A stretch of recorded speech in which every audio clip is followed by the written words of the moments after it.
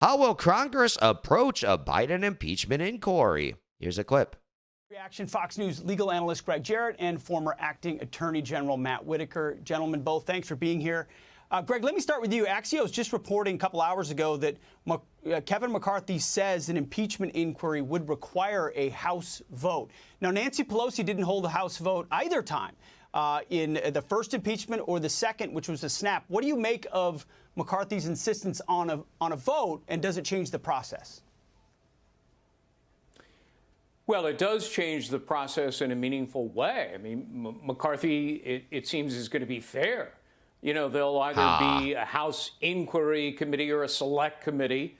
It'll have both sides on it. You'll recall in the first impeachment of Donald Trump, he's always fair, but they're not. Secretive hearings in the basement of the House. Republicans were allowed to attend, but that's about it. They weren't given subpoena power. They couldn't call their own witnesses. They were limited and restricted in cross-examination, so it was essentially a sham. And then they didn't vote out of the committee, but it simply went to the floor where Democrats had the vote. The second impeachment was even worse. They didn't even bother to hold any hearings. It was a snap impeachment. Here, I think McCarthy is determined to be fair. Matt, you've been at the highest levels of the Justice Department, the highest level of the Justice Department. How common are government officials using, one of them, which was a .gov account, a couple of them were Gmail accounts, pseudonyms, alternate email addresses to pass information inside government or to others like Hunter Biden? Yeah, well, it's good to be with you, Pete. And, yeah, you know, regular order is always the most important thing. And I know when I took over at the Department of Justice, that was, you know, my main mantra was regular order. And I'm glad to see Kevin's doing that in the House, unlike Nancy Pelosi, who exercised sheer politics, as Greg mentioned. Now, the pseudonym thing is very interesting because, you know, typically, it's known that the principal has one of these accounts so that they can conduct business without, you know, all the spam that's going to come in at the highest level. It's the Gmail accounts, and it's also the multiple accounts that's very concerning in this case. And obviously, we're just scratching the surface right now, Pete, on these multiple thousands of emails that the vice president was sending to Hunter, his son, including information and unknown and not classified, but certainly sensitive information about Ukraine and other topics that Hunter was certainly very interested in for business purposes. For sure. And Greg, this regular order, as Matt points out, it gives the power to, whether it's a select committee or an impeachment inquiry, to subpoena these records. Are they going to see unredacted these emails? Would they see unredacted bank accounts? Would they have a chance to actually get to the bottom of it, hence a war room being assembled in the White House at this point? Yeah, I mean, look, yes, they would if they use a select committee. They would have absolute authority to obtain unredacted alias emails. That's crazy. 5,400 Joe Biden was using over 8 years as vice president. So that's interesting. It's like even with the inquiry, I didn't know this until watching this now. So even with the inquiry, because I was saying in the last segment, you know, they should impeach him so they can get all this information. But even with an inquiry, they can get it. That's fascinating. I wonder if they can release it, though, without an actual like impeachment trial. More than 2 a day. And so I think in there, you're going to find some pretty astonishing information about how Joe Biden was working with his son in these influence peddling schemes. And, you know, you played a clip of it a moment ago. He laughs it off. Well, bribery is an impeachable offense in the Constitution, and the Burisma scandal alone contains compelling evidence of influence peddling, which the criminal codes describes as bribery.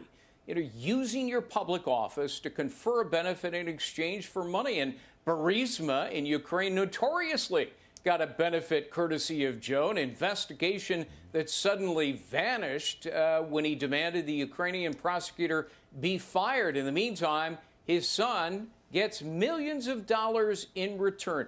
That is the definition of bribery in the criminal codes. It's right there in the codes. It's right there in the Constitution, Matt. But if you turn it to other channels right now, it is wall to wall, 18 mugshots, Atlanta, indictments, hearings, cameras in the courtroom, Donald Trump, Donald Trump, Donald Trump, as it often is.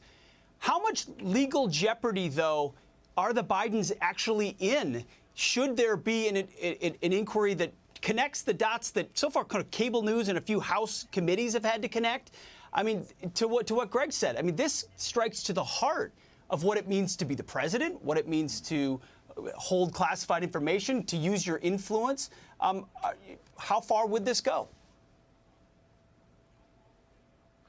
Well, it can go a long way, and it's going to be the deliberate drip, drip, drip of a impeachment inquiry that is ultimately going to do the significant damage to Joe Biden and his presidency. Because if you remember, in Watergate, it took a long time for that case to build, and a lot of shoes had to drop.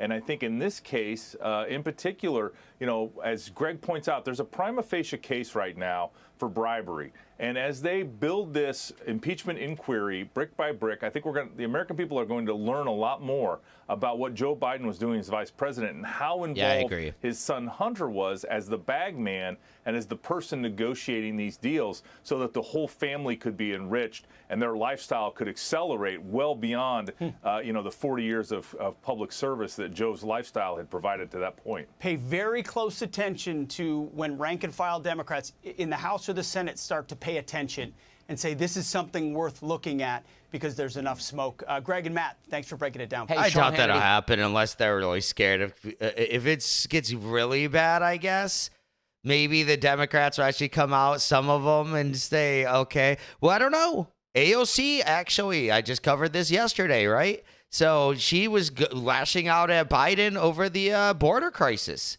So really, I think really that is a good point. If like AOC just turns on Biden completely, she's lashing out at him now about the border crisis. She was, if you don't recall, under Trump, she was there doing all those photo shoots, basically photo ops by the border with like, oh, it's so bad and everything, and she misrepresented everything. So now she's saying the border's really bad and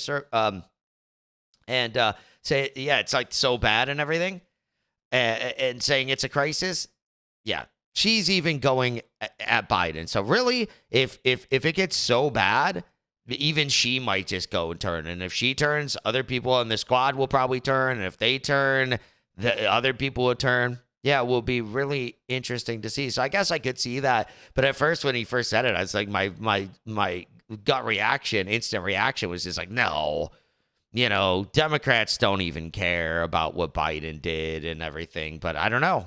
They're starting to get sick of him because their constituents are just sick of him. He's booed in Maui when he went there. He went to Lake Tahoe on vacation right after. A few days after that, he was doing a press event, or not a press event, but he was like on the street. He went and reporters were there and he's talking to him. People in the background were just booing him like crazy. It's like people, even like people on the left, everyone's just turning on Biden. He's the worst president probably of my lifetime. People say he's the worst president in history. I don't know, Woodrow Wilson, all the stuff he did, FDR basically during World War II went insane and just shut down factories overnight and had all these stamp books for all these books that had every price on it that you had to pay for. They dictated all the all the prices for all popular items. So FDR, people don't realize that. And then FDR with Social Security, minimum wage, all this terrible stuff. And then you got Lyndon Johnson. Yeah, so, but Joe Biden is up there. He's definitely up there on that Mount Rushmore of terrible presidents. That's for sure. He needs to get added to that. But I don't know if he's the worst one. But again, he's up there. And I bet you it's looking more and more like the left is turning on him. So even the left is realizing how bad of a president he is. If you like this video, be sure to subscribe for daily news updates, smash that like button, share this video with your friends, and share your thoughts on the story in the comments below. I'll catch you in the next one. Peace out.